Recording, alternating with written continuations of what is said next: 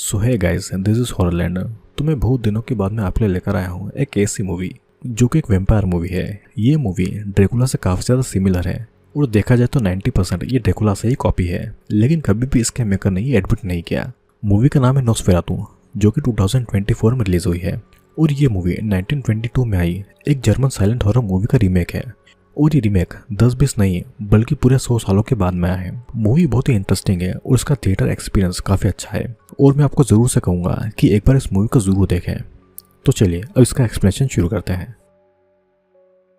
कहानी की शुरुआत होती है एलन नाम की एक लड़की से, जो कि बहुत ही लोनली थी और डिप्रेस्ड थी। अपनी मन की बात कहने के लिए भी उसके पास में कोई नहीं था और तब एक रात को वो अपने सच्चे दिल से प्रे करती है कि चाहे वो कोई भी हो वो उसके पास में आए और उसे अपना कर उसकी लोनलीनेस को दूर करे। भले ही वो गॉड हो या फिर कोई गार्डियन एंजल, उसे इस बात से कोई फर्क नहीं पड़ता। एलन की प्रेयर भी काम कर जाती है और कोई उसके पास में आता है। वो एक इनविजिबल चीज थी जिसका चेहरा नहीं दिखाया जाता है, बस उसके शेडो को ही हम देख पाते हैं। लेकिन उस पर्सन के आते ही एलन की बॉडी हवा में उड़ने लगती है। फिर एलन घर से बाहर गार्डन में जाकर लेट जाती है, जहाँ पर उसे अजीब सा अटैक आने लगते हैं, जिस दौरान वो पर्सन उसकी बॉडी को टच करता है और उसके साथ में वेपर इंटीमेट होता है। इस बात का एलन को जरा भी होश नहीं था और इसी के साथ में मूवी का इंट्रो सीन कट होता है। अब कहानी 1838 में जर्मनी से शुरू होती है, जहाँ पर एलन अब बड़ी हो चुकी थी। उसकी शादी एक रियल एस्टेट एजेंट थॉमस से हुई थी और दोनों जर्मनी के शहर विस्बर्ग में रहते थे। आज भी एलन को कई सारे भयानक सपने आते रहते हैं। सालों पहले हुई उस रात के इंसिडेंट को लेकर वो आज भी डरी हुई थी। वो आज तक कंफ्यूज थी कि क्या वो एक सपना था या हकीकत थी। एलन और थॉमस एक दूसरे से बहुत ही प्यार करते थे। थॉमस अच्छे खासे पैसे कमाकर एलन को एक कंफर्टेबल लाइफ देना चाहता था और आज उसके ऑफिस में उसे मौका भी मिला था। थॉमस को अपने बॉस नॉक से पता चलता है कि एक बहुत बड़ा बिजनेसमैन काउंट ऑरलॉक अपने बोहेमिया का पुराना मेंशन बेचकर एक नया मेंशन जर्मनी के विस्बर्ग में लेना चाहता है। अगर थॉमस इस काम को सक्सेसफुली कर पाया तो उसे बहुत सारे पैसे मिलेंगे और उसकी जॉब भी परमानेंट हो जाएगी। थॉमस इस काम के लिए मान जाता है और वो इसी वीक बोहेमिया जाने के लिए रेडी होता है। लेकिन सबसे ज्यादा मुश्किल काम था एलन को समझाना। वो किसी भी हालत में थॉमस से दूर नहीं होना चाहती थी। वो थॉमस को उसके भयानक सपनों के बारे में बताती है, जहाँ पर उसके सभी अपने मर चुके थे और वो एक वेडिंग ड्रेस में खड़ी थी। इसीलिए उसे थॉमस के लिए बहुत ही फिक्र हो रही थी। लेकिन थॉमस को उनके अच्छे फ्यूचर के लिए काम तो करना ही था और वो एलन को भी अकेला नहीं छोड़ना चाहता था। इसीलिए अगले ही दिन वो एलन को लेकर अपने एक दोस्त फ्रेड के पास में जाता है, ताकि उसके वापस आने तक एलन फ्रेड की वाइफ एना और उनकी दोनों बेटियों के साथ में रहे और उसे अकेला जरा भी फील ना हो। जल्दी ही एलन फ्रेड की फैमिली के साथ में घुल मिल जाती है, लेकिन उसे अभी भी थॉमस से दूर होने का दुख हो रहा था। इसलिए वो रात को अपने लॉकेट के अंदर अपने बाल कट करके डाल देती है। अगले दिन जब थॉमस बोहेमिया के लिए निकलने वाला था तो वो उसे वही लॉकेट अपनी निशानी के तौर पर देती है। उसी रात को हम एक आदमी को देखते हैं जो कि नेकेड था। एक अंधेरे कमरे में कैंडल जलाकर वो किसी तरीके का रिचुअल कर रहा था और वो अपने किसी लॉर्ड को बुला रहा था। यहाँ पर कई घंटों की जर्नी के बाद में थॉमस बोहेमिया के एक विलेज तक आ जाता है, जहाँ के लोग डांस परफॉर्म कर रहे थे। लेकिन जब वो उन लोगों से ऑरलॉक के मेंशन का एड्रेस पूछता है तो सभी लोग ये सुनकर काफी डर जाते हैं और वे लोग उसे वहां पर जाने से मना करते हैं। थॉमस उनकी बातें नहीं मानता है क्योंकि उसे तो काउंट ऑरलॉक के वहां पर जाना ही था, पर उसे रात भी बितानी थी। तो इसीलिए वो गांव के एक फैमिली के घर पर आकर रुक जाता है। उस फैमिली की एक औरत थॉमस को ऑरलॉक के पास नहीं जाने का एडवाइस देती है और उसे एक क्रॉस भी देती है। उसके मुताबिक ऑरलॉक बहुत ही बुरा है, लेकिन थॉमस उसकी बातों पर विश्वास नहीं करता है और सो जाता है। आधी रात को जब थॉमस की नींद खुलती है तो देखता है कि गांव के लोग एक बिना कपड़ों की लड़की को घोड़े पर बिठा कर जंगल में ग्रेव के पास में ले जा रहे हैं। फिर वो उस ग्रेव को खोलकर वहां पर मौजूद वैम्पायर के दिल में लकड़ी घुसाकर उसे जान से मार देते हैं। ये सब थॉमस गांव वालों के बीच में खड़े होकर देख रहा था, पर ये थॉमस का एक भयानक सपना था। और जब उसकी आंखें खुलती है तो वो अपने जूतों में जंगल की मिट्टी लगी हुई देखता है और उसे भी ये समझ नहीं आ रहा था कि क्या ये सपना था या हकीकत थी। अगली सुबह जब वो उस घर से निकलता है तो उसे बाहर एक भी गांव वाला नहीं दिखाई देता है और ना ही उसका घोड़ा वहां पर था। रातों रात ये पूरा गांव खाली हो चुका था। फिर थॉमस ऑरलॉक के मेंशन में जाने के लिए पैदल ही निकलता है। कई घंटों तक पैदल ही ट्रेवल करने के बाद में वो ऑरलॉक के मेंशन तक आ गया था और तब एक तांगा आकर उसके पास मुकता है। थॉमस उसमें बैठ जाता है और वो जल्दी ऑरलॉक के मेंशन तक पहुंचता है, जहाँ पर ऑरलॉक के खतरनाक कुत्ते थे। वहां पर पहुंचते ही थॉमस की तबीयत खराब होने लगती है। मतलब ये साफ था कि वो किसी गलत जगह पर आ गया है। किसी तरह वो खुद को संभालता है और मेंशन के अंदर जाता है। वहां पर वो ऑरलॉक से मिलता है, लेकिन ऑरलॉक का चेहरा उसे नजर नहीं आ रहा था। ऊपर से ऑरलॉक उससे नाराज भी था क्योंकि थॉमस को आने में बहुत देर हो चुकी थी। जिसके बाद ऑरलॉक थॉमस को डिनर ऑफर करता है। साथ ही वो उसे वाइन भी पिलाता है। ऑरलॉक की आवाज बहुत ही डरावनी थी। How I look forward to retiring to your city. वो एक 6.5 फीट का बूढ़ा आदमी था जो कि काफी डरावना लग रहा था। उसे देखकर थॉमस को भी काफी डर लग रहा था। डिनर करते समय ब्रेड का एक पीस काटते दौरान थॉमस की उंगली में कट लग जाता है और उसका खून देखकर ऑरलॉक बहुत ही अग्रेसिव बिहेव करने लगता है। उसकी उंगली पर बैंडेज लगाने के लिए ऑरलॉक उसे अपने पास में बुलाता है, लेकिन उसी समय थॉमस बेहोश हो जाता है। अगले दिन जब थॉमस की आंखें खुलती है तो वो उसी जगह पर खुद को पाता है, लेकिन मेंशन में कहीं भी उसे ऑरलॉक नहीं दिखाई दे रहा था। मेंशन के सारे दरवाजे बंद थे, तो इसलिए थॉमस वहां से बाहर नहीं जा पाता है। उसे अपने सीने में काफी दर्द हो रहा था और जब वो अपने चेस्ट को देखता है तो उसे अपने सीने में 2 होल नजर आते हैं और मेंशन में उसे कई सारे चूहे भी नजर आते हैं। इन सबसे थॉमस बहुत ही डर जाता है और वो जल्दी ही अपना काम खत्म करके वापस अपने घर पर जाने का डिसाइड करता है। शाम के समय ऑरलॉक अपने नए मेंशन के कुछ डॉक्यूमेंट रेडी करता है, लेकिन उनमें से एक डॉक्यूमेंट काफी अजीब लैंग्वेज में था जिसमें ऑरलॉक थॉमस का साइन लेता है। साथ ही वो थॉमस को उसके काम के लिए कुछ गोल्ड कॉइन भी देता है। ऑरलॉक फिर उससे उस लॉकेट को देखने के लिए मांगता है जो कि एलन ने उसे जाने से पहले दिया था। थॉमस भी उसे मना नहीं कर पाता है और वो लॉकेट देखने के लिए उसे दे देता है। फिर थॉमस उससे वहां से वापस अपनी सिटी लौटने की बातें कहता है, लेकिन ऑरलॉक उसे वहां से जाने नहीं देना चाहता था। उसके मुताबिक थॉमस अभी बीमार है, इसलिए उसे कुछ दिनों तक इसी मेंशन में ही रहना चाहिए। ये कहकर ऑरलॉक अपने रूम में चला जाता है और वो थॉमस को एलन का लॉकेट भी नहीं देता है। अगले दिन थॉमस को फिर से अपने सीने में 2 होल नजर आते हैं, जिससे वो बहुत ही डर जाता है और मेंशन से बाहर निकलने का रास्ता ढूंढने लगता है, लेकिन उसे बाहर जाने का कोई रास्ता नहीं मिल रहा था। ऊपर से बाहर निकलने के सभी दरवाजे भी बंद थे। तभी उसे वहां के बेसमेंट में एक सीक्रेट रूम नजर आता है, जिसके अंदर जाने पर उसे कई सारे कॉफिन मिलते हैं। उनमें से एक कॉफिन को खोलने पर उसे ऑरलॉक की डेड बॉडी मिलती है, जिससे वो समझ जाता है कि ऑरलॉक कोई इंसान नहीं है। उसकी पूरी बॉडी सड़ी हुई थी और उसके आसपास चूहे घूम रहे थे। ये देखकर थॉमस वहां पर पड़े हुए एक हथियार को उठा लेता है। तब तक ऑरलॉक अपनी नींद से जाग चुका था और वो थॉमस के ऊपर हमला कर देता है। किसी तरह थॉमस उससे और उसके कुत्तों से बचकर बेसमेंट से बाहर आता है और वहां पर दरवाजे को लॉक कर देता है। तब ऑरलॉक कुछ मंत्र पढ़ने लगता है, जिससे कि थॉमस के साथ ही उससे इतनी दूर रहने वाली एलन भी पजेस्ड हो जाती है। एलन पजेस्ट होकर स्लीप वॉकिंग कर रही थी और थॉमस पजेस्ट होकर ऑरलॉक के बेसमेंट से बाहर निकलता है। फिर उसे वो खुद का ब्लड पीने को देता है। इसी दौरान उसे एक पल के लिए अपने सामने एलन नेकेड पजेस्ट हालत में दिखाई देती है। यहाँ पर हमें पता चलता है कि ऑरलॉक एक वैम्पायर है।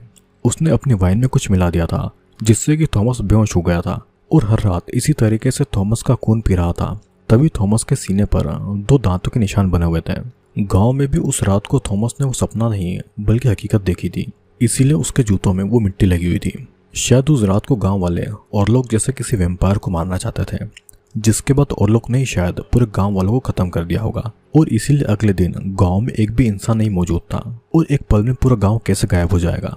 काउंट ऑरलॉक जैसे और भी कई सारे वैम्पायर जरूर होंगे, क्योंकि मेंशन के बेसमेंट में हमने और भी कई सारे कॉफिन्स को देखा था।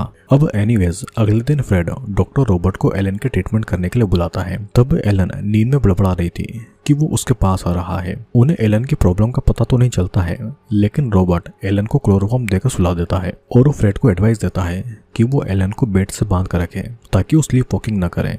वहीं पर थॉमस की जब आंखें खुलती है तो ऑरलॉक के कुत्ते उसके पीछे पड़ चुके थे, जिनसे बचकर वो खिड़की के बाहर खड़ा हो जाता है।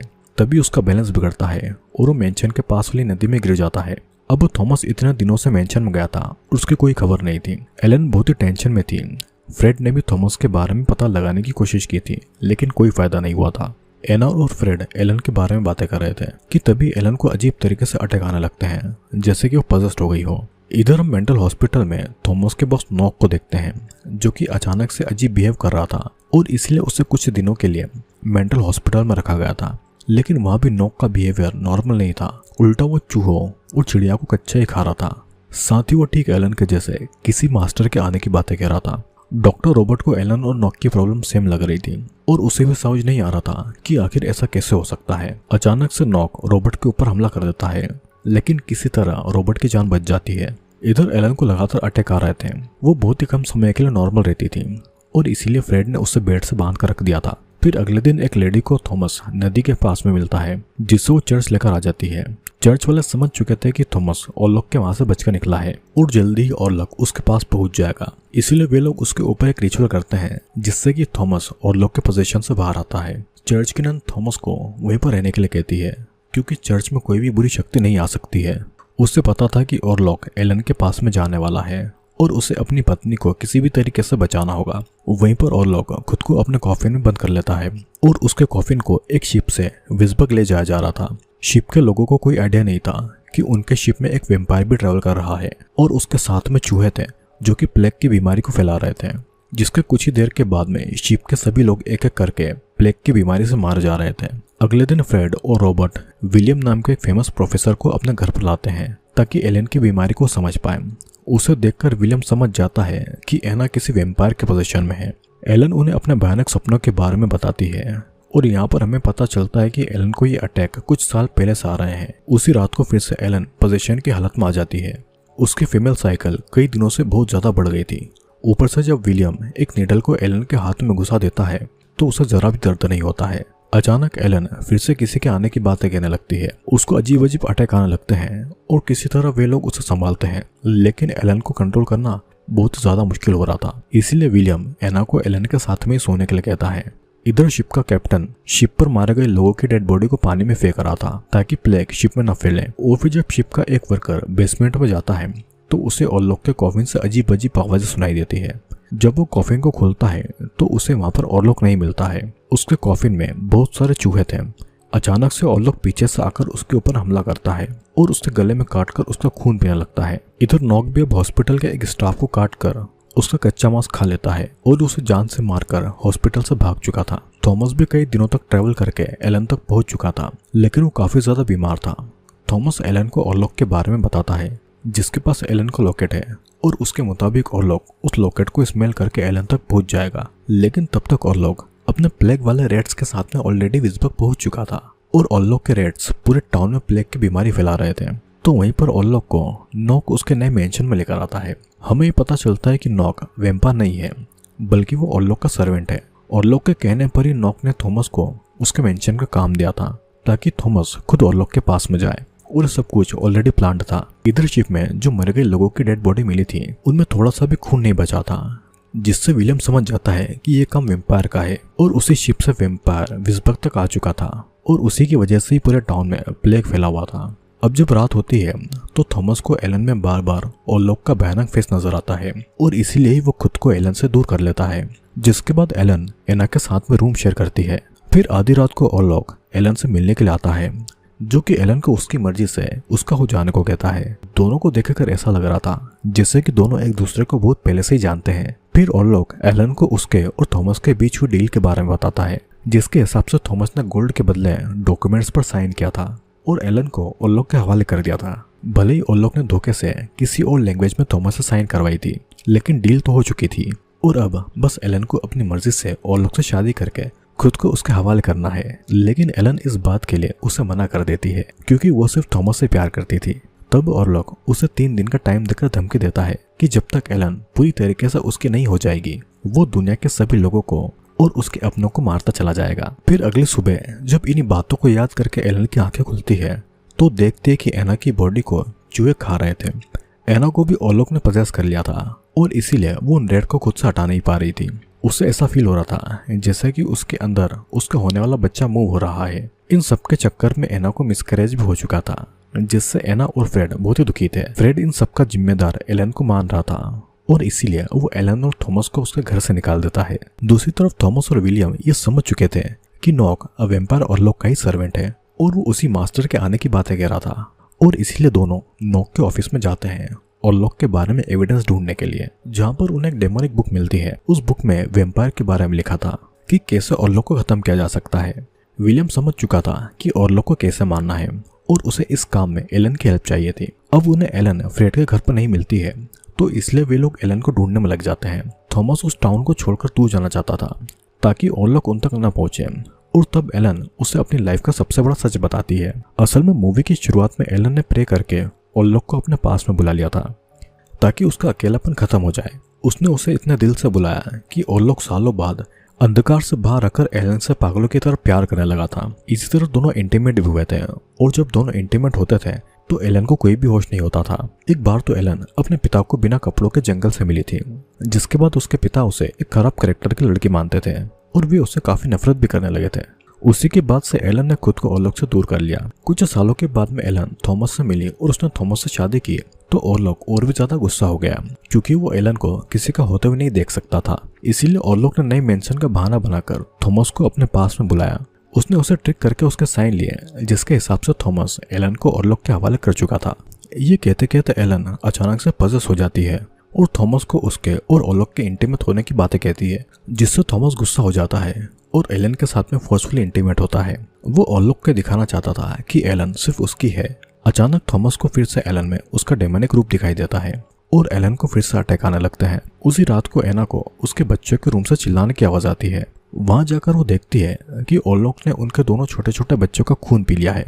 उसके दोनों बच्चे मर चुके थे, जिसके बाद ओरलॉक एना को भी उनकी तरह जान से मार डालता है। एक ही पल में फ्रेड की पूरी फैमिली खत्म हो चुकी थी, जिससे वो पूरी तरीके से टूट गया था। इन सबका जिम्मेदार वो एलन को मान रहा था। तब थॉमस उसे अपने जख्म दिखाकर समझाता है कि इन सबका जिम्मेदार ओरलॉक है और उन्हें मिलकर उसे खत्म करना होगा। और इसलिए सभी डिसाइड करते हैं कि रात को वे लोग ओरलॉक के मेंशन में जाकर उसके कॉफिन को खोलेंगे और एक हथियार को ओरलॉक के दिल में उतार कर उसे खत्म कर देंगे।